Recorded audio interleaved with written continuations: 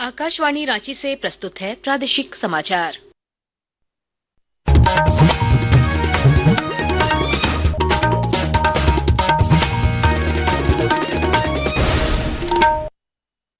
नमस्कार, प्रादेशिक समाचारों के साथ मैं कामिनी। पहले मुख्य समाचार। प्रधानमंत्री नरेंद्र मोदी ने कहा, भारत का टेक्सटाइल निर्यात 3 लाख करोड़ रुपए तक पहुंचा। 2030 तक 9 लाख करोड़ का लक्ष्य निर्धारित। नई दिल्ली रेलवे स्टेशन पर सुरक्षा कड़ी। प्रयागराज के लिए कई विशेष ट्रेनें प्लेटफॉर्म नंबर 16 से की जाएगी रवाना। गुमला में द्वितीय साहित्य महोत्सव का आयोजन, मुख्यमंत्री ने की सराहना। आज समापन समारोह में कई प्रसिद्ध साहित्यकार होंगे शामिल। झारखंड में ठंड का असर बरकरार, कल से पश्चिमी विक्षोभ का दिखेगा असर। मौसम विभाग ने जारी किया येलो अलर्ट।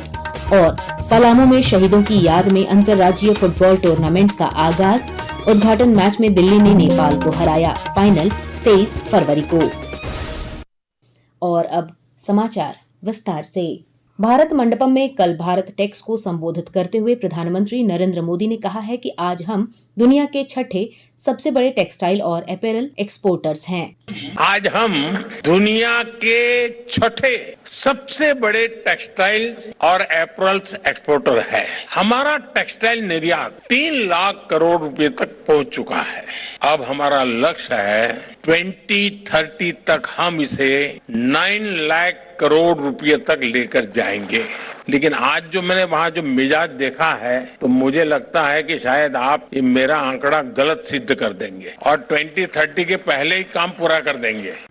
मौके पर प्रधानमंत्री ने प्रदर्शनी स्थल का भी दौरा किया और प्रदर्शकों से बातचीत की। गौरतलब है कि भारत टेक्स एक प्रमुख वैश्विक कार्यक्रम है और कपड़ा उद्योग का सबसे बड़ा और सबसे व्यापक कार्यक्रम है। नई दिल्ली रेलवे स्टेशन पर किसी भी अप्रिय घटना से बचने के लिए उत्तर रेलवे ने कई उपाय किए हैं। रेलवे ने एक बयान में कहा कि प्रयागराज जाने वाली सभी विशेष ट्रेनें नई दिल्ली रेलवे स्टेशन के प्लेटफॉर्म नंबर 16 से संचालित की जाएंगी और इसके लिए प्रवेश और निकास अजमेरी गेट की तरफ से होगा। इसके अलावा नई दिल्ली रेलवे स्टेशन पर रेलवे सुरक्षा बलों की तैनाती बढ़ा दी गई है। सुरक्षा कर्मी यात्रियों का मार्गदर्शन कर रहे हैं और उन्हें उनके प्लेटफॉर्म तक पहुँचाने में मदद कर रहे हैं। श्रद्धालुओं की सुविधा के लिए आज दिल्ली से प्रयागराज कुल 9 विशेष ट्रेनें चलाई जाएंगी। सहायता के लिए लोग रेलवे लाइन हेल्प नंबर 139 का उपयोग कर सकते हैं। गुमला जिले में द्वितीय साहित्य महोत्सव का आज तीसरा और अंतिम दिन है। झारखंड शिक्षा परियोजना परिषद और कोल इंडिया लिमिटेड के सहयोग से आयोजित कार्यक्रम में कल दूसरे दिन उपायुक्त कर्ण सत्यार्थी ने मुख्यमंत्री हेमंत सोरेन का संदेश पढ़ा, जिसमें गुमला की साहित्यिक परंपरा की सराहना की गई। महोत्सव में विक्रम ग्रिवाल, जसंता किरकिट्टा, अनुज लुगुन समेत कई साहित्यकारों ने भाग लिया। कार्यक्रम में पौधारोपण कर पर्यावरण संरक्षण का संदेश भी दिया गया। आज होने वाले समापन समारोह में पटकथा लेखक एवं गीतकार वरुण ग्रोवर समेत कई साहित्यकार शामिल होंगे। रांची के भारतीय प्रबंधन संस्थान IIM रांची में वैल्यूज फॉर टुमारो विषय पर सोशल इम्पैक्ट कॉन्फ्रेंस का आयोजन किया गया। सम्मेलन में नैतिक नेतृत्व, सांस्कृतिक मूल्यों, स्थिरता और नवाचार पर चर्चा हुई। निदेशक प्रोफेसर दीपक कुमार श्रीवास्तव ने मानवीय संबंधों और जिम्मेदार नेतृत्व पर जोर दिया। सम्मेलन में सामाजिक उद्यमियों और शिक्षाविदों और विशेषज्ञों ने भाग लिया। आकाशवाणी के ताजा तरीन समाचारों के लिए आप हमारी वेबसाइट newsonair.gov.in पर लॉग ऑन कर सकते हैं। ताजा समाचार X handle @AIR news alerts और Facebook page all India radio news पर भी उपलब्ध है। आप प्रादेशिक समाचार एकांश के एक्स हैंडल @AIR न्यूज _ और फेसबुक, इंस्टाग्राम पेज तथा YouTube channel AIR news Ranchi पर भी हमारे बुलेटिन सुन सकते हैं। प्रादेशिक समाचार आप आकाशवाणी रांची से सुन रहे हैं। शेष समाचार इस विराम के बाद। वेक्टर जनित रोग मलेरिया, फाइलेरिया, डेंगू, चिकनगुनिया, कालाजार और जापानीज इंसेफेलाइटिस से बचाव के लिए मच्छरों से अपना बचाव करें। अपने घर के आसपास सफाई रखें, जल जमाव न होने दें, पानी के बर्तनों को ढक कर रखें, पूरे आस्तीन के कपड़े पहने और हमेशा मच्छरदानी के अंदर सोएं। बुखार होने पर ओझागुनी के पास ना जाएं, अपने गांव की सहिया को बताएं या नजदीकी सरकारी स्वास्थ्य केंद्र में जाएं, मुफ्त जांच और उपचार कराएं। वेक्टर जनित रोग नियंत्रण कार्यक्रम झारखंड सरकार द्वारा जनहित में प्रसारित। प्रादेशिक समाचार में आपका फिर स्वागत है।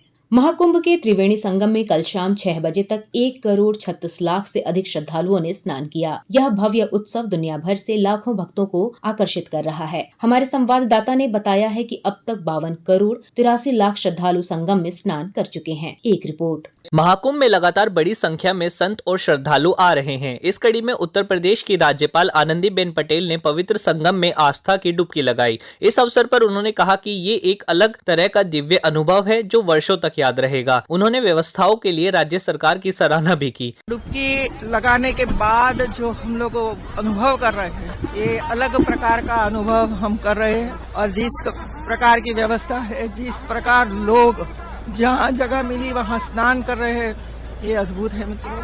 केंद्रीय मंत्री नितिन गडकरी और धर्मेंद्र प्रधान भी महाकुंभ पहुंचे। पवित्र डुबकी लगाने के बाद श्री गडकरी ने कहा कि महाकुंभ महज एक धार्मिक आयोजन नहीं है, बल्कि एक भारत श्रेष्ठ भारत की भावना को दर्शाता है, जहां पूरे देश के लोग आस्था और संस्कृति से बंधे हैं। उत्तर प्रदेश की सरकार ने इतनी कठिन बात को इतने आसानी से इतनी अच्छी व्यवस्था की और यहाँ के प्रशासन ने, पुलिस ने, कर्मचारियों ने देश भर की आस्था के कारण अपनी खुद की गाड़ी लेकर लोग आ रहे हैं। मुझे लगता है बहुत अच्छा है और गंगा माता का आशीर्वाद हम सबको मिलेगा। श्री प्रधान ने कहा कि महाकुंभ आध्यात्मिक ऊर्जा और भारत की एकता का सबसे बड़ा संगम है। आकाशवाणी समाचार ने संगम पर कई श्रद्धालुओं से भी बात की, जिन्होंने कहा कि ये एक दिव्य अनुभव था जिसे उन्होंने अपने दोस्तों और परिवार के साथ साझा किया। एक्सपीरियंस अच्छा रहा, सारी फैसिलिटीज अवेलेबल थी, जैसे वॉशरूम वगैरह, ऊपर से जो फ्लावर आए थे जब हेलीकॉप्टर से गिरे थे, वो तो सबसे बेस्ट मोमेंट था यहाँ का। हम लोग अम्बाला से पहली बार प्रयागराज में आए हैं, बहुत अच्छा लगा। फिर हमने प्रयागराज में दर्शन किए और यहाँ का जो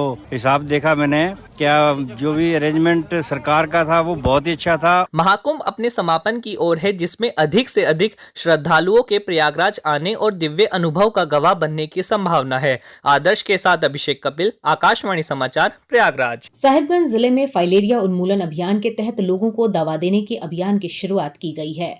विस्तृत ब्यौरा दे रहे हैं हमारे संवाददाता। जिले में फाइलेरिया उन्मूलन के लिए मास ड्रग एडमिनिस्ट्रेशन MDA के तहत लोगों को दवा देने का अभियान शुरू किया गया है। साहिबगंज जिला प्रशासन और स्वास्थ्य विभाग के इस कार्यक्रम में जिले में 13 लाख से ज्यादा व्यक्तियों को यह दवा दिया जाएगा। सभी CHC, PHC, स्कूलों, कॉलेजों में अध्ययनरत विद्यार्थियों से जिला प्रशासन यह अपील करता है कि यह दवा पूरे तरीके से सुरक्षित है। नाश्ता या खाना खाने के बाद ही फाइलेरिया रोधी दवा का सेवन करना है। साहिबगंज के उपायुक्त हेमंत सती ने बताया, 10 फरवरी से लेकर 25 फरवरी तक इस स्वास्थ्य सुरक्षा पखवाड़े में भाग लेकर साहिबगंज जिला को फाइलेरिया मुक्त बनाने में सहयोग करें। आनंद कुमार ओझा, आकाशवाणी समाचार, साहिबगंज। झारखंड के मौसम में उतार चढ़ाव जारी है। रांची मौसम केंद्र ने जानकारी दी है कि अगले 2 दिनों तक आंशिक बादल छाए रहेंगे। पश्चिमी विक्षोभ सक्रिय होने की वजह से मौसम विभाग ने गरज के साथ बारिश का येलो अलर्ट भी जारी किया है। पलामू जिले में वीर शहीदों की याद में कल अंतर्राज्यीय फुटबॉल टूर्नामेंट की शुरुआत हुई। पलामू पुलिस और फुटबॉल आयोजन समिति द्वारा संयुक्त रूप से आयोजित इस टूर्नामेंट का उद्घाटन पलामू की SP रिश्मा रमेशन ने किया और 31 शहीदों को श्रद्धांजलि दी। वीर शहीदों के स्मृति में पलामू पुलिस और पलामू की जो फुटबॉल एसोसिएशन द्वारा अलग अलग डेट्स पे फुटबॉल मैचेस का आयोजन किया जा रहा है। पलामू के धरती से जो भी लोग शहीद हुए हैं, वो पुलिस में हो या फिर जो CRPF में हो, SSB में हो, आर्मी में हो, किसी भी यूनिफॉर्म फोर्स से जो भी शहीद हुए उनके परिवार को आज यहाँ पे हम लोग सम्मानित किया गया है। और अब राज्य के प्रमुख अखबारों की सुर्खियां। राज्य से प्रकाशित लगभग सभी प्रमुख अखबारों ने दिल्ली और रांची स्टेशन पर मची यात्रियों की आपाधापी की खबर को प्रमुखता से प्रकाशित किया है। प्रभात खबर की सुर्खी है, रांची स्टेशन पर भारी भीड़, 5 महिला यात्री हुई बेहोश, 60 से अधिक यात्रियों की ट्रेन छूटी। दैनिक भास्कर ने लिखा है, ट्रेन आते ही रांची स्टेशन पर मची आपाधापी, कई की ट्रेन छूटी, यात्रियों ने किया हंगामा। दैनिक जागरण की सुर्खी है, राजहरा कोल ब्लॉक से उत्पादन शुरू, आर्थिक विकास को मिलेगी गति। हिंदुस्तान ने लिखा है, भगदड़ के दूसरे दिन तमाम बंदोबस्त के बावजूद दिल्ली के रेलवे स्टेशनों पर भारी भीड़, हादसे के बाद भी नहीं बदले हालात। रांची एक्सप्रेस के शब्द हैं, प्रधानमंत्री ने कहा, भारत को विकसित बनाने में कपड़ा क्षेत्र का भी होगा बड़ा योगदान। अंत में मुख्य समाचार एक बार फिर। प्रधानमंत्री नरेंद्र मोदी ने कहा, भारत का टेक्सटाइल निर्यात 3 लाख करोड़ रुपए तक पहुंचा। 2030 तक 9 लाख करोड़ का लक्ष्य निर्धारित। नई दिल्ली रेलवे स्टेशन पर सुरक्षा कड़ी, प्रयागराज के लिए कई विशेष ट्रेनें प्लेटफॉर्म नंबर 16 से की जाएगी रवाना। गुमला में द्वितीय साहित्य महोत्सव का आयोजन, मुख्यमंत्री ने की सराहना। आज समापन समारोह में कई प्रसिद्ध साहित्यकार होंगे शामिल। झारखंड में ठंड का असर बरकरार, कल से पश्चिमी विक्षोभ का दिखेगा असर।